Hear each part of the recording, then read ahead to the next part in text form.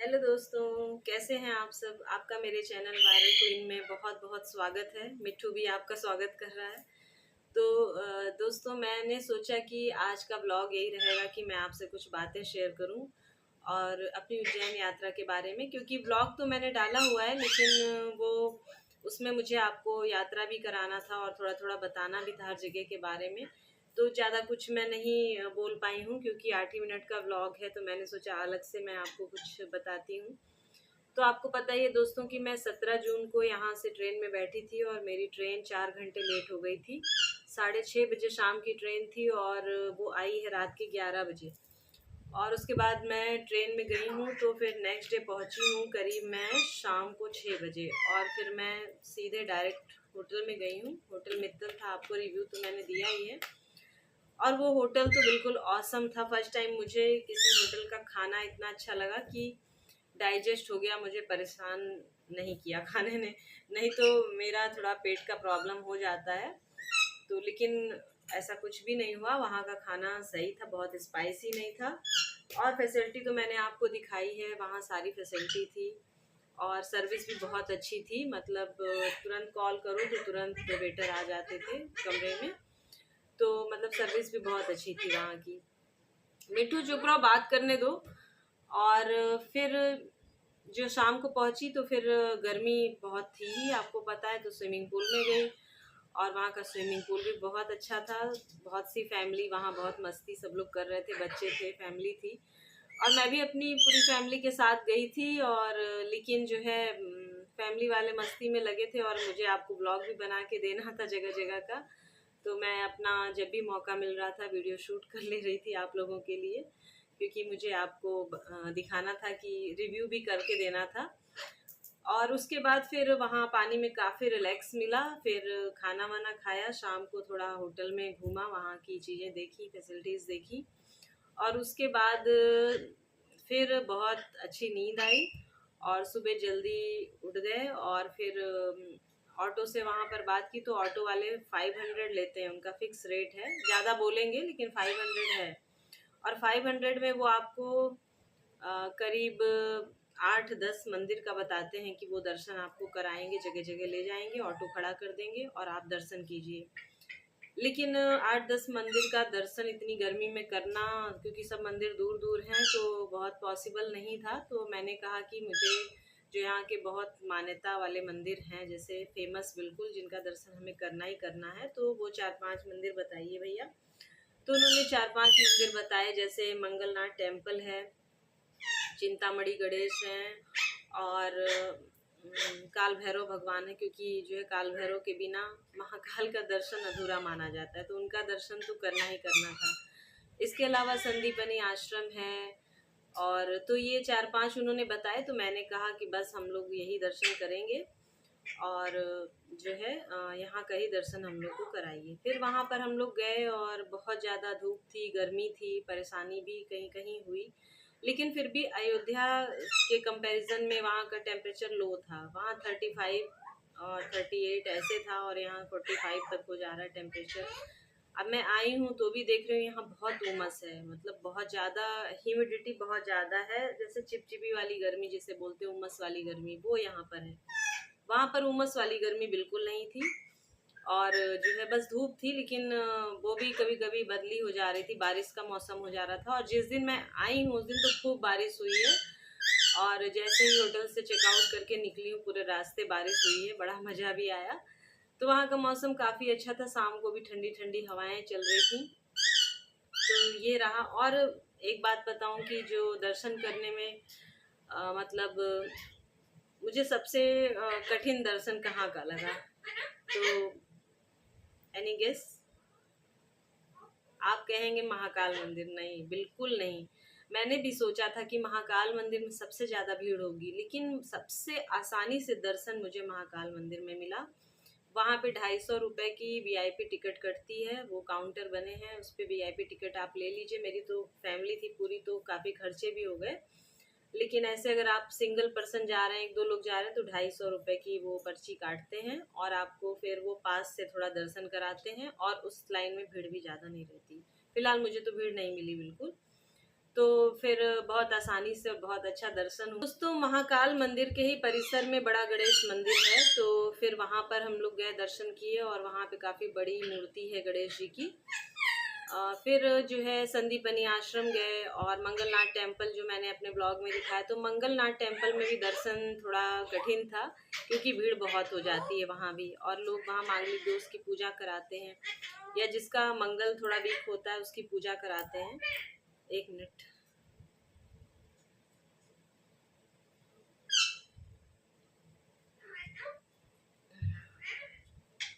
गर्मी में दोस्तों बोलना भी थोड़ा मुश्किल हो जाता है। तो हाँ, मैं बता रही थी मंगलनाथ टेम्पल जो है वहाँ पे लोग अपने मंगल दोष की पूजा कराते हैं, मांगलिक दोष की। तो मैंने सोचा कि मैं भी मांगलिक करा लूँ लेकिन पता चला कि पंडित जी से पूछा तो पता चला 1 घंटे लगेंगे, और भीड़ बहुत ज़्यादा थी, बहुत ज़्यादा मुझे लगता टाइम लग जाता। वो भले 1 घंटे बोल रहे थे और खर्चे 1300 अलग से थे। तो हर जगह खर्चे तो काफ़ी हुए हैं, जो सोचा नहीं था वो हुए, क्योंकि जगह जगह वीआईपी दर्शन वाला भी थोड़ा सा था। अब जिसे भीड़ से बचना है तो वीआईपी दर्शन के लिए उसको अलग से पैसे देने ही पड़ रहे थे। तो मंगलनाथ टेम्पल किया। काल भैरव मैंने बताया आपको, वो काल भैरव का अच्छा नहीं बताया। काल भैरव का दर्शन मुझे इसलिए टफ लगा क्योंकि वो गांव में है और पैदल चल के काफ़ी अंदर जाना होता है, और अगर भीड़ हो गई, लाइन लंबी हो गई, तो ऊपर कोई शेड नहीं है, मतलब धूप में ही आपको लाइन में खड़े रहना है। मेरे तो पूरे पैर जल गए और मतलब छाले पड़ गए पैर में, उसके बाद मैं चल नहीं पा रही थी। तो काल भैरव में मुझे बहुत टफ लगा, 2-2.5 घंटे दर्शन करने में लगे, और भीड़ बहुत धीमे धीमे बढ़ रही थी, और तपती हुई धूप में खड़े हुए थे, पैर जल रहे थे नीचे से, ऊपर से सर जल रहा था। तो बहुत टफ दर्शन काल भैरव भगवान का था।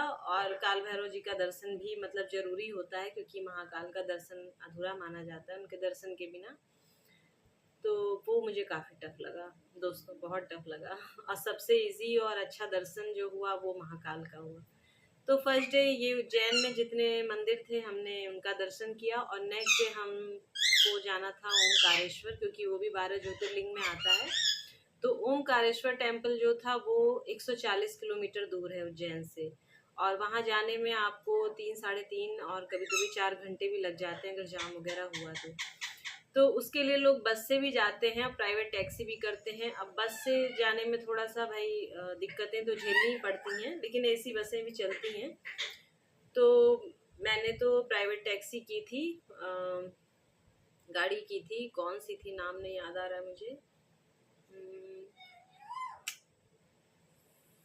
नाम नहीं याद आ रहा है दोस्तों। वैसे तरह तरह की गाड़ियाँ मिलती हैं, तो आप कोई भी गाड़ी बुक कर सकते हैं। और गाड़ी वाले ने हमसे 3,500 लिए थे, और फिर वो 3-3.5 घंटे लगे, ओमकारेश्वर पहुंच गए।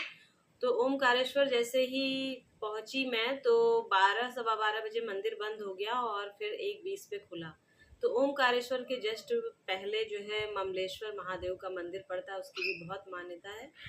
तो वहाँ पर दर्शन किया, और उसके बाद पुल से होकर अगर आपको पैदल जाना है तो 1-1.5 किलोमीटर ओमकारेश्वर मंदिर है, और अगर आप बोट से जाते हैं तो आपको 2 मिनट में आप पहुँच जाएंगे। 50 रुपये बोट वाले लेते हैं पर पर्सन।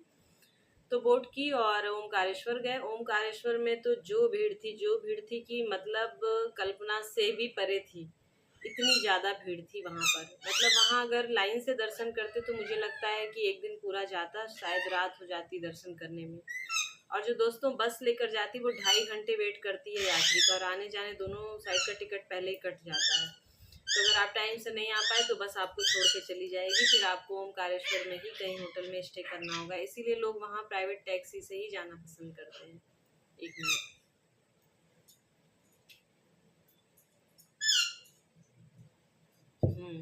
तो ओमकारेश्वर में फिर वहाँ भी वीआईपी दर्शन होता है, लेकिन कोई टिकट विकट अलग से नहीं कटता। आपको जो पंडे होते हैं उनको पकड़ना पड़ता है, उनसे रिक्वेस्ट करनी होती है, अगर वो मान जाएं तो आपको अलग से दर्शन करा देंगे, लेकिन कुछ पैसे लगते हैं। तो 500 पर पर्सन लगा, मैंने सोचा नहीं था लेकिन लगा। और फिर दर्शन हम लोग को 10 मिनट के अंदर हो गया, और 10 मिनट में ओमकारेश्वर मंदिर, जहाँ पर मतलब रात हो जाती दर्शन करने में, क्योंकि लाइन बहुत लंबी थी। तबीयत भी ख़राब हो गई थी मेरी तो, क्योंकि काल भैरव में ही इतना मैंने आपको बताया पैर में छाले हो गए थे। कि ओमकारेश्वर में लाइन लगाना बहुत मुश्किल काम था। तो फिर दोस्तों ओमकारेश्वर मंदिर में दर्शन करने के बाद फिर टैक्सी थी, फिर वहाँ से हम लोग निकल पड़े वापस होटल की तरफ। और होटल पहुँचने में लेट हो गया क्योंकि जो है मंदिर में थोड़ा टाइम लग गया था पंडित को खोजने में और बात करने में, क्योंकि उसमें इतनी ज़्यादा भीड़ थी कि वो अलग से दर्शन कराने के लिए भी जल्दी तैयार नहीं हो रहे थे। फिर वहाँ दर्शन किया और जो है मतलब देखा जाए तो 3 ज्योतिर्लिंग का दर्शन किया, एक ओमकारेश्वर ज्योतिर्लिंग, महाकाल ज्योतिर्लिंग और ममलेश्वर ज्योतिर्लिंग। तो ममलेश्वर ज्योतिर्लिंग पहले जब 15 ज्योतिर्लिंग माने गए थे उनमें आता था, लेकिन जब 12 हुए तो 12 में वो नहीं है। लेकिन बहुत अच्छा लगा, दिव्य दर्शन मिला और जैसे मन को काफ़ी शांति मिली उनका दर्शन करके।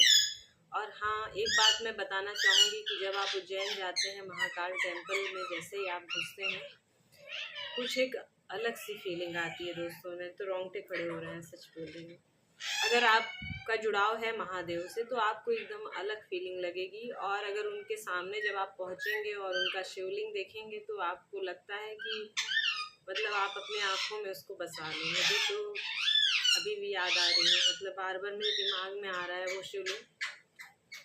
बहुत ही मतलब उसमें ऊर्जा लगी, मुझे बहुत एनर्जी फील हुई और मैं धन्य हो गई। मुझे लगता है कि महादेव ने मुझे दर्शन देके धन्य कर दिया। मेरी यात्रा सफल हुई और मुझे बहुत अच्छा लगा दोस्तों।